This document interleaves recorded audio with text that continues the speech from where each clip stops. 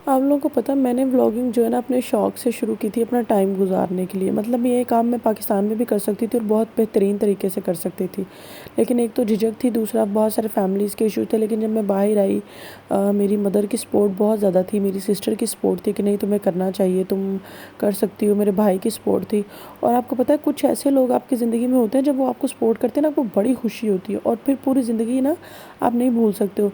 इस तरह जब मैं जर्मनी आकर मैंने व्लॉगिंग शुरू की तो मेरे हस्बैंड के दोस्त थे नहीं, मतलब अभी भी हैं, साकिब भाई।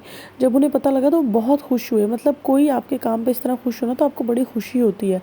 तो उन्होंने भी सपोर्ट किया कि नहीं नहीं आप व्लॉग बनाया करें। इवन कि उन्होंने लोगों को बताया कॉल कर करके कि जी सब्सक्राइब करो, करवाया इवन चैनल। तो बड़ी खुशी होती है।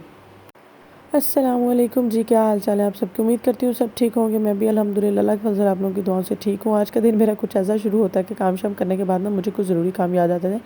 जैसे मेरे लॉन के ड्रेसेस होते हैं ना, तो मैं उन्हें वॉशिंग मशीन में नहीं डालती हूँ कि अभी पाकिस्तान से आए हैं, न्यू है, तो वो वॉशिंग मशीन में सारे कपड़े होते हैं साथ, तो मुझे लगता है ख़राब हो जाते हैं। तो ये फिर मैं जो है ना उन्हें थोड़ी देर पानी में डिप करके रखती हूँ और उसके बाद ऐसे ही, क्योंकि आजकल तो वैसे भी गर्मी है, ड्रायर की ज़रूरत नहीं पड़ती, तो वो वैसे ही जो है वो ड्राई हो जाते हैं। अच्छा, खैर व्लॉगिंग की बात हो रही थी कि मैंने व्लॉगिंग शुरू की है अपने शौक़ से और अपनी जो है वो इस वजह से कि मेरा टाइम अच्छा गुजर जाए। फिर मैंने सोचा कि मैं व्लॉगिंग किस चीज़ पे करूँ। पहले मैंने सोचा कुकिंग पे करूँ, फिर मैंने सोचा कि मैं तो अच्छी, मतलब ऐसे तो नहीं कि मुझे कुकिंग नहीं आती, आती है, लेकिन गुजारे लायक घर में जो अपना गुजारा चल जाता है, इस तरह नहीं जिस तरह कोई बहुत अच्छी कुकिंग आती है, जैसे कुकिंग चैनल होते हैं। मैंने सोचा मैं वो तो नहीं कर सकती हूँ। हाँ, अगर मैं कभी कुछ ख़ास बनाऊँ तो मैं अपने व्लॉग्स में ही शेयर कर सकती हूँ। फिर मैंने सोचा कि मैं ना अब्रॉड की लाइफ़ के बारे में बताना शुरू कर देती हूँ और मुझे इसमें सपोर्ट बहुत सारे लोगों ने किया। अभी मैंने एक इंसान का नाम लिया कि मेरे हस्बैंड के दोस्तों ने मुझे सपोर्ट किया। इवन कि उन्होंने अपने घर वालों को कहा कि आप व्लॉग देखा करें, आप लोगों को पता लगे कि बाहर की लाइफ़ किस तरह की होती है। अब लोग मुझे पता है क्या कहते हैं, बीबी तुम इतना बाहर की लाइफ़ से तंग हो तो तुम पाकिस्तान क्यों नहीं वापस आ जाती। भाई तंग कोई कहीं नहीं होता, पाकिस्तान में भी बैठे लोग तंग होते हैं। मेरा यहाँ पे आके व्लॉग बनाने का मकसद ये है कि जो न्यू फैमिलीज़ या न्यू कोई फैमिली या न्यू कोई लेडी पाकिस्तान से या एशिया से जब यूरोप आए तो वो मेंटली प्रिपेयर होकर आए कि चीज़ें किस तरह से होती हैं, उनको मैनेज किस तरह से करना, उनमें टाइम किस तरह से लगना है। मुझे गाइड करने वाला कोई नहीं था, मैं आ गई बस। ऑब्वियस है मुझे आना ही था, मेरे बेटे का फ्यूचर था उसके बाबा के साथ, तो मुझे आना ही था, तो मैं आ गई। लेकिन इसका मतलब ये नहीं है कि मैं अगर आ गई हूँ तो मेरे पास जो इन्फॉर्मेशन है मैं वो लोगों से ना शेयर करूँ। और मेरी कोशिश ज़्यादातर वही होती है कि मैं जो इन्फॉर्मेशन है ना वो वही शेयर करूँ जिस पे मैं 100% खुद श्योर हूँ। लेकिन मुझे लोगों के कमेंट्स पे ना हँसी बहुत आती है, मेरा दिल कम ही दुखता है। मैं ज़रा ना चीज़ों को नेगेटिव बहुत कम लेती हूँ, मैं लाइफ में ना बहुत पॉजिटिव हूँ। अच्छा, अब खुद तो चली गई है, दूसरे लोगों को इस तरह बता रही है तुम इतना तंग हो तो तुम पाकिस्तान वापस आ जाओ। भाई खुद चली गई, मेरा कहने का मतलब ये नहीं होता कि आप लोग ना आए। अगर अल्लाह ताला आपको ज़िंदगी में मौका दे रहा है बेहतरीन का, तो ज़रूर चुने, चाहे वो पाकिस्तान में रहकर है, चाहे वो किसी भी कंट्री में जाकर है। आप अपने लिए बेहतरी देखें, अपनी तरक्की देखें भी, ठीक है। मेरे व्लॉग बनाने का मकसद ये होता है कि मैं आपको रियलिटीज़ दिखाऊँ, यहाँ की बेसिक चीज़ें दिखाऊँ, एडवांटेजेस डिसएडवांटेजेस हर चीज़ बताऊँ। लाइक मैं अगर इटली के बारे में कोई चीज़ बनाती हूँ तो मैं पूरी इन्फॉर्मेशन के बाद बनाती हूँ। अगर मैंने जर्मनी के बारे में कोई वीडियो बनानी है, पूरी इन्फॉर्मेशन के बाद बनाऊँगी कि जो न्यू लोग हैं उनको इससे कोई फ़ायदा पहुँचे। अगर हम इतना काम ये कर सकते हैं, हमारी वीडियो को अगर 10 लोग भी देखते हैं और उन 10 लोगों में से किसी एक को भी फ़ायदा होता है ना, तो आपकी मेहनत पूरी हो जाती है।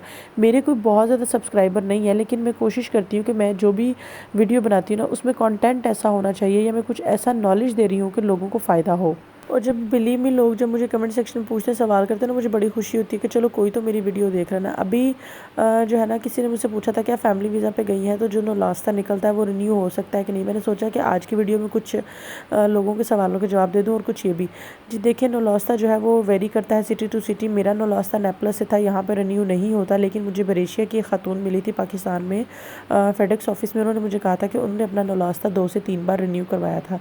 मेरी आवाज़ थोड़ी आज ख़राब है, गला ख़राब हुआ हुआ, तो इसलिए थोड़ा सा जो है वो आप लोग दिल गुर्दा बढ़ा करके सुनिए। अच्छा, नौलास्ता की बात हो रही थी तो वो मैंने आपको बता दिया कि वेरी करता है सिटी टू सिटी, कहाँ पे ये रिन्यू होता है कहाँ पे नहीं। जैसे अवलिनो है तो यहाँ पे भी ये रिन्यू हो जाता है। मतलब अगर आपका नौलास्ता एक्सपायर हो चुका है तो यहाँ पे आप दोबारा अप्लाई करेंगे तो महीने के अंदर अंदर आपको दोबारा नौलास्ता आपकी बीवी और बच्चों का मिल जाएगा, अगर आपका नौलास्ते का टाइम ख़त्म हो गया। क्योंकि नौलास्ता का टाइम ख़त्म हो जाए तो फिर वो वीज़ा के लिए सबमिट नहीं करते। जब आप वीज़ा के लिए डॉक्यूमेंट सबमिट करवाते हैं पाकिस्तान में तो कम से कम 3 माह का या 2 माह का नौलास्ता आपका वैलिडिटी होनी चाहिए। अब तो मेरे सुनने में आया कि उन्होंने 4 माह का कर दिया है। ये था सवाल जो मुझसे बहुत बार पूछा जाता है, क्या नौलास्ता रिन्यू हो जाता है। दूसरा किसी ने मुझसे पूछा था कि जब आप बच्चों को पाकिस्तान से लाते हैं तो क्या उनका डीएनए होता है? नहीं जी, कोई डीएनए नहीं हुआ मेरे बेटे का। हाँ, ये है कि हॉस्पिटल का सारा रिकॉर्ड चेक किया था उन्होंने, फिर मेरे से पास जो भी था हर चीज़ उन्होंने चेक की थी। हाँ, बड़े बच्चे होते हों, क्योंकि जब मेरे इन लॉज में थे, यूके में शिफ्ट हुए थे, तो बड़े बच्चे थे, उनका डीएनए हुआ था। यूरोप में मैंने ऐसा कुछ नहीं सुनने में आया मेरे, ना मुझे नॉलेज है कंफर्म कि जिसके बारे में बात कर सकूँ। हाँ, मेरे बेटे का नहीं हुआ, या हो सकता है एज डिफरेंस हो कि मेरा बेटा छोटा था तो छोटे बच्चों का ना होता हो डीएनए। मुझे जो चीज़ पता थी मैं वही आप लोगों के साथ शेयर कर सकती हूँ। ये छोटी सी वीडियो मैंने सिर्फ लोगों के यही सवालों के जवाब देने थे कि नौलौस्तर नहीं हो सकता है कि नहीं, बच्चों का डीएनए होता है। मेरे बेटे का डीएनए नहीं हुआ जी। मैं जब आई थी मेरा बेटा 3 साल का था, कोई डीएनए नहीं हुआ। सिर्फ हॉस्पिटल के रिकॉर्ड ज़रूर इंक्वायरी में चेक हुए थे, हर चीज़ मुझसे पूछी गई थी, इसका रिकॉर्ड मुझसे मांगा गया था विद प्रूफ, तो वो मैंने उनको दिखा दिया था। अच्छा, सबसे इम्पोर्टेंट बात कि जी वीज़ा कितनी देर का मिलता है? 6 माह का वीज़ा मिलता है, ये साल का। मेरा 1 साल का वीज़ा था।